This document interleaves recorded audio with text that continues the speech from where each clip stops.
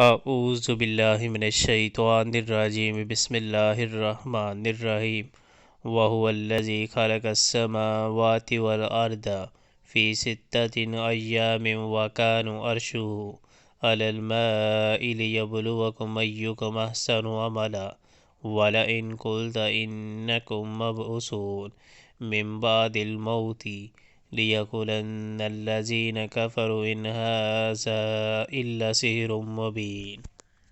اور وہی ہے جس نے آسمانوں اور زمین کو 6 دنوں میں پیدا کیا، جبکہ اس سے پہلے اس کا عرش پانی پر تھا، تاکہ تم کو آزما کر دیکھے تم میں کون بہتر عمل کرنے والا ہے۔ اب اگر اے محمد صلی اللہ علیہ وآلہ وسلم تم کہتے ہو کہ لوگوں مرنے کے بعد تم دوبارہ اٹھائے جاؤ گے، تو منکرین فوراً بول اٹھتے ہیں کہ یہ تو سری جادوگری ہے۔